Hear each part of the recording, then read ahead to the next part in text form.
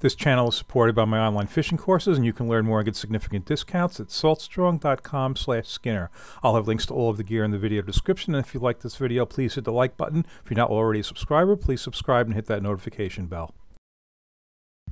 Okay, no on-water intro for this one. First cast of my northern season. Let's go.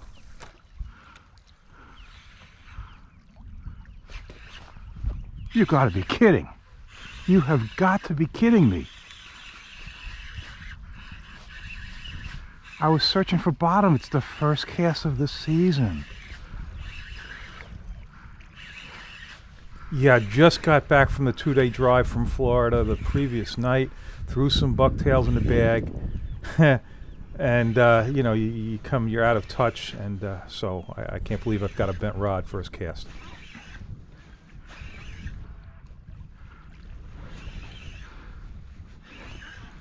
I don't even think he's tiny.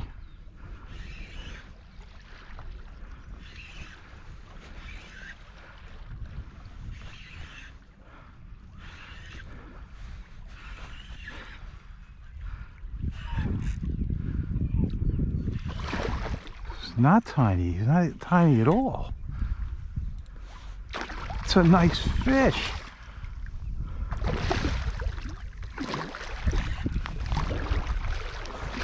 I've never started a season like that before. That's probably going to be the only one. I mean, that is definitely a keeper. Holy smokes.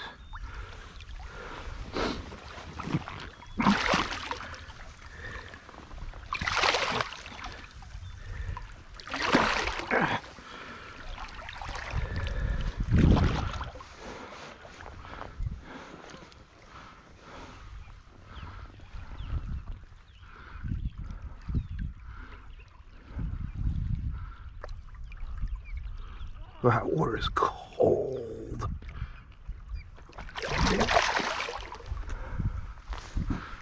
Yeah, water's cold. It's like 52 degrees, but my previous fishing trip was in Florida, and the water was 82. So, yeah, it feels like ice water to me. Okay, the key to the early season fishing, fish outgoing water. This is especially the case on the south shore of Long Island, where you've got that cold ocean water that pours in on the incoming. You want to target outgoing water until you get a couple of weeks into May and get that water a little bit warmer. But yeah, this is early, it's cold, and the fish are here.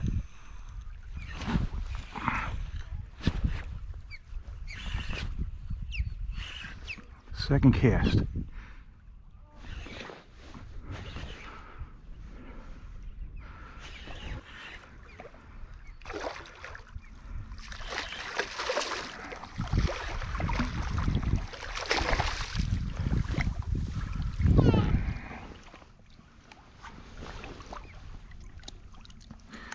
Bucktail's actually a little heavy.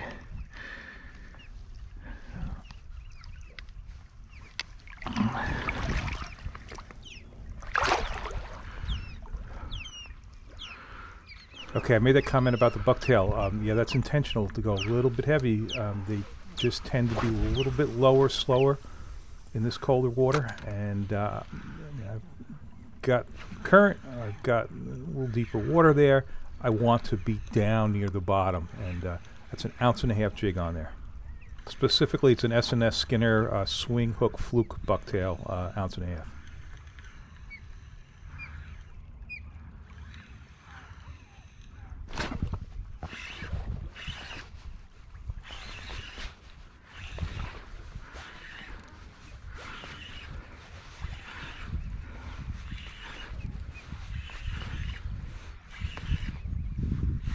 Three casts, 3 hookups.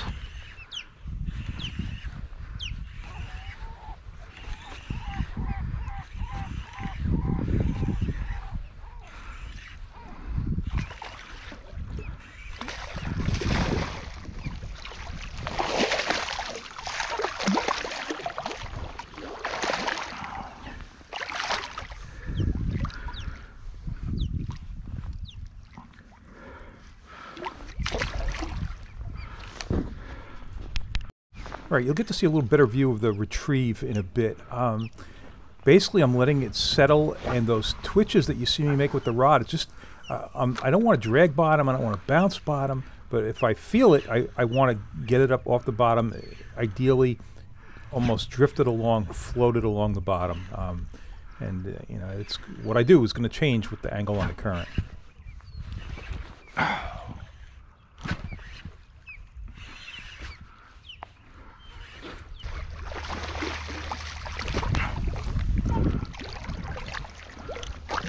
Four for four.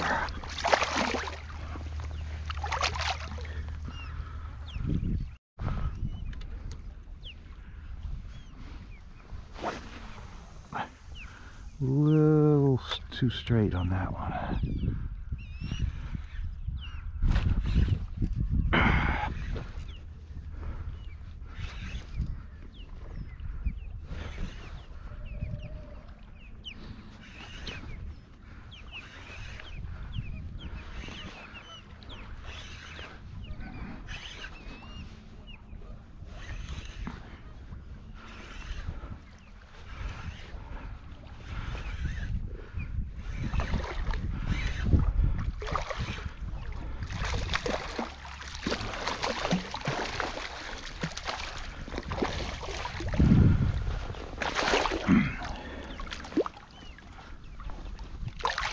Five for five.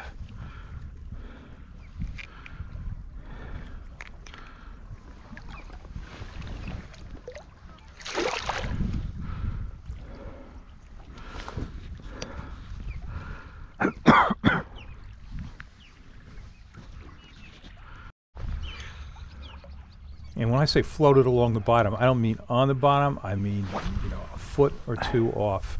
That's where that strike zone's going to be. You know, you don't see any surface activities, no fish bustings, no birds. Yeah, they're deep.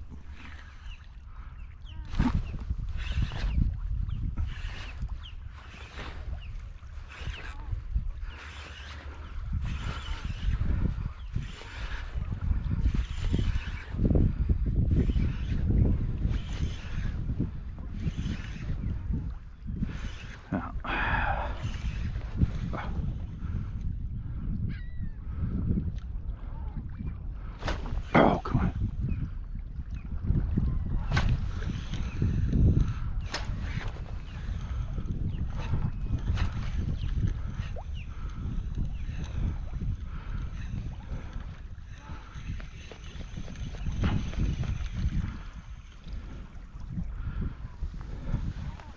Yeah, so here was the problems. I set the hook into the strip.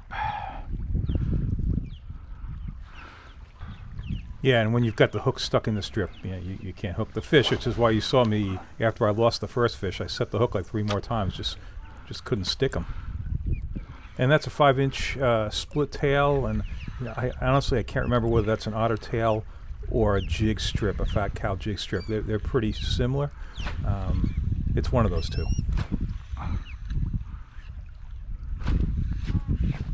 There he is. Obviously stacked in here.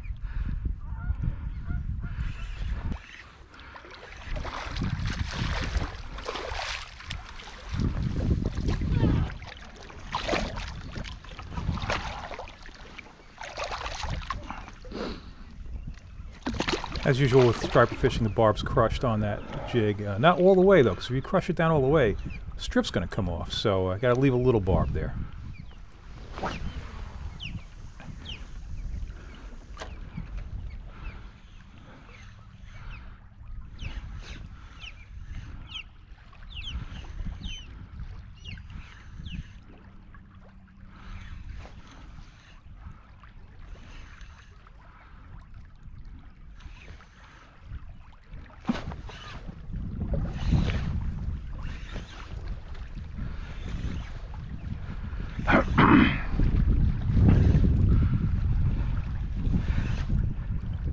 That's 8 casts and 8 hookups.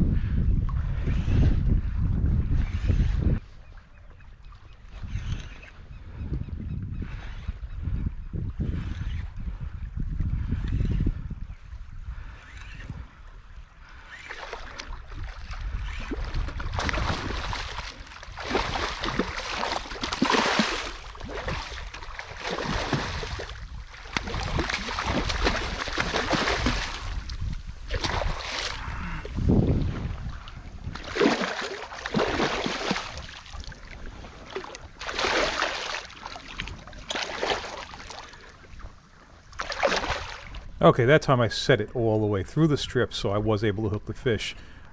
This rod is not the one that you see me use in Florida all the time. This is the MH Carbon Shield 7-foot, and you always, if you watch my Florida videos, I'm using the M down there, the medium.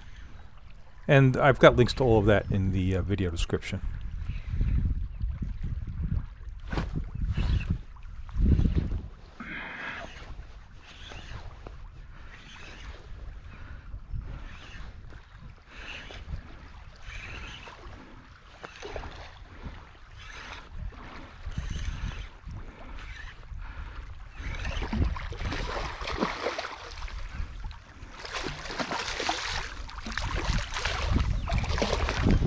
Well, that works.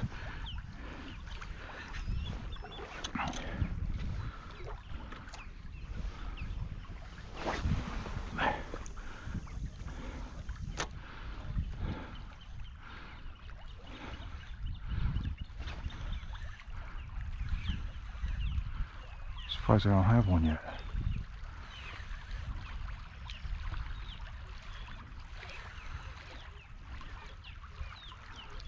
Huh.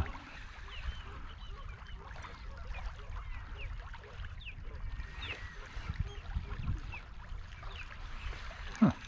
And if my jig is fouled or something, this would be the first cast without a hit. Huh.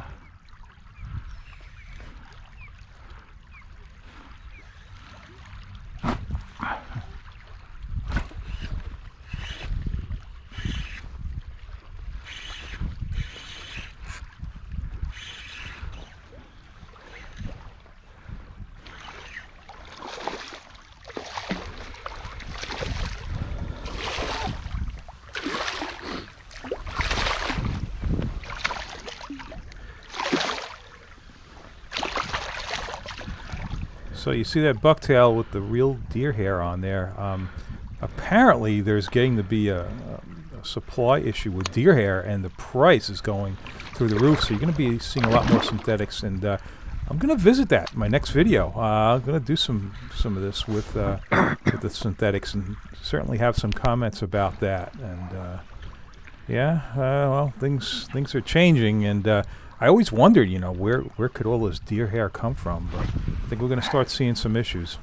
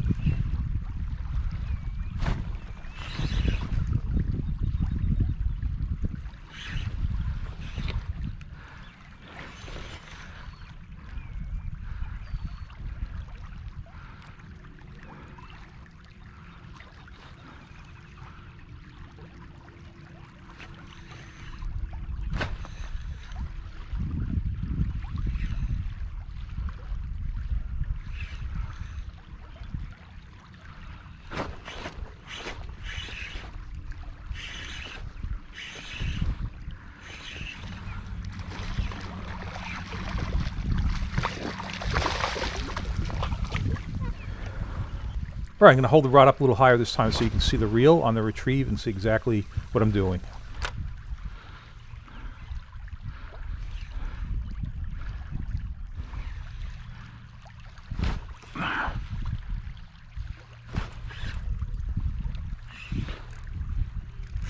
Oh, better. Definitely a little better there. Figures.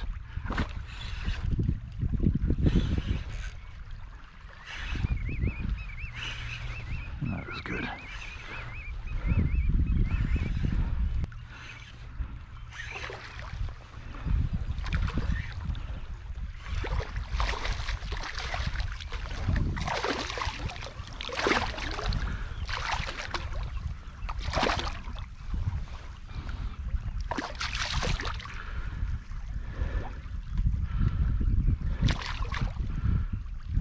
Okay, so I'm casting just slightly to my left. I'm just trying to lead the current a little bit. I certainly don't want to cast down current. Just slightly lead it and let it settle.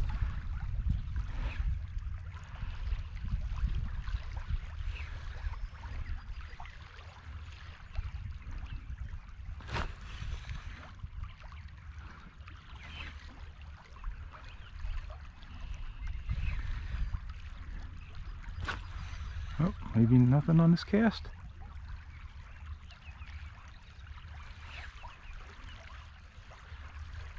Huh. Maybe. I haven't had a hit. I can still get one.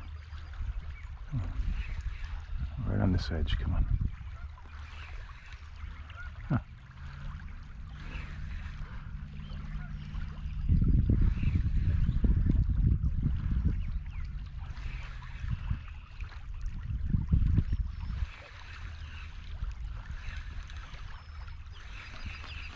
Okay. I don't know, I'll have to look on the video, maybe easily 13 casts. It's probably more than that. Hooking a fish. First 13 casts of the northern season. Have to adjust that cast a little, I guess.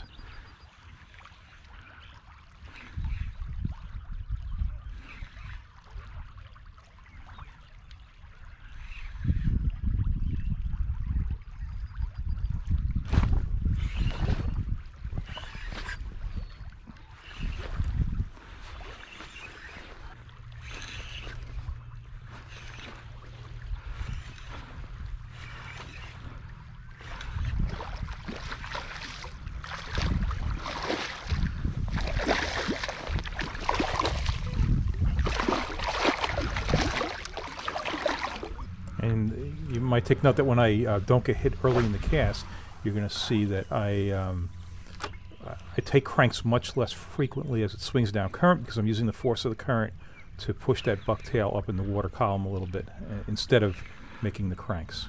So I'm just kind of hanging it in the current.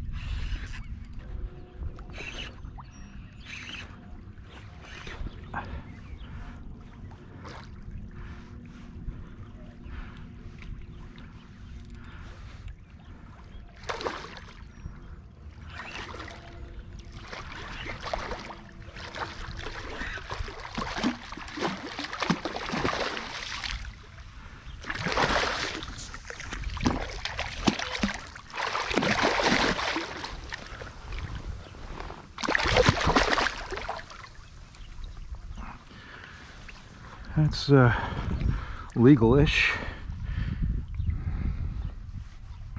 Boy, I was just looking to break the ice and catch a couple of stripers, you know, having driven for 2 days, and boy, this was great. You know, real nice surprise that there were this many fish. And yeah, in the next video, I'm going to come back here and start with the synthetic jigs and see how that goes. All right, if you like this video, please hit the like button. If you're not already a subscriber, please subscribe and hit that notification bell.